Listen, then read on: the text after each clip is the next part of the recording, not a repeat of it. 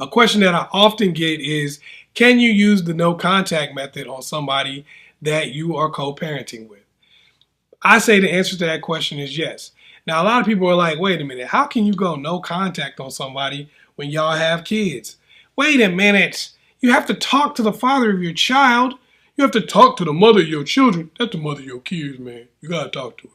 Well, the thing about it is when you think no contact, it's not necessarily about just being childish and trying to say, I'm going to make sure I never say one word to you again as long as you live. If you're walking down the street, I'll cross the street and go somewhere else. If we work together and you need some important files, I'm not going to give them to you. Well, that's how you get fired.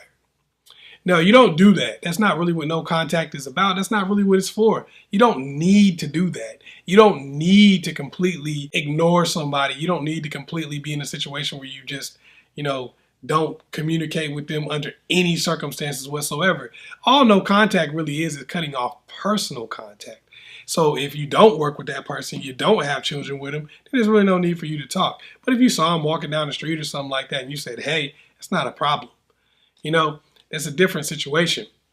So if you want to do no contact with somebody that you have a relationship with in terms of children, because that is a relationship, of course, obviously you do have children together, or if it's a family relationship, because you can do no contact with family members and stuff like that.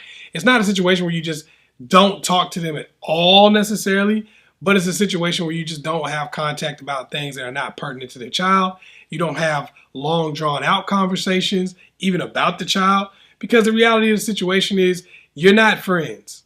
So people say, oh, we need to be friends for the child. You can't be friends with somebody you're not friends with. You can't be friends with somebody you don't really like or get along with. And when you try to force those types of relationships, usually what happens is they become worse. They become more strained. They become more antagonistic and more volatile. So the more business professional you keep it, the better. Let's be real. Are you really best friends with your child's teacher? But you get grades. You know what your child is doing. You know that you need to turn in that permission slip for the field trip, right? Are you really best friends with your child's daycare? Probably not. But you can still give information and get information.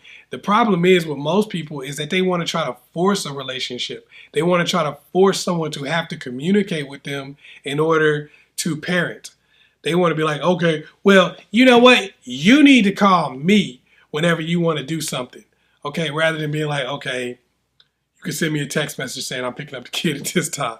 Or we can have a schedule set up that really doesn't require anything but meet at 7, cool.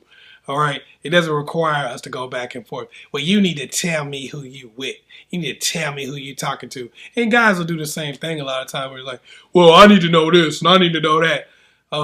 But the same people don't even know who their kids' teachers' names are. That kind of stuff. You don't need to try to exact control over the other person's life. And that's usually what the contact is about, is someone trying to exact some form of control or someone trying to make it about, you have to go through me to get this. Instead of emailing you the report card or texting it to you, I need to tell you every grade and go through like you can't read. Instead of saying, hey, here's a schedule for the kids' school stuff.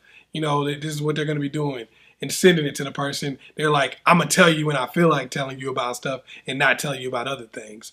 So I think it's just in the interest of the child, you keep it like a business relationship, man. Just all it is picking them up now, cool. Here's all the information I could possibly give you about our child. Threw it over there to you. Text, emails, you don't got to ask me for anything, so we don't even got to talk really. I'm going to send you this. You don't want to talk to somebody. You don't want to deal with them. It's very easy to do that by just sending them information and letting them process it in the way they want to. Giving them a direct line of communication with the child so they really don't have to talk to you. Giving them a direct line of communication with other people in your family that are willing to be a part of that so that they really don't have to talk to you.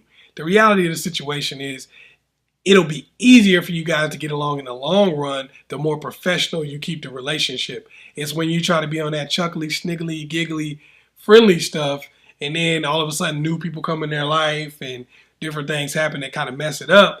That's when you run into some problems. But a real friendship could probably develop if you start off with the business just like you do with everybody else you know. Just like you do if you date somebody from work or something like that. Start off being real business, real professional, And then if things get better and y'all get closer and more friendly as time goes on, cool.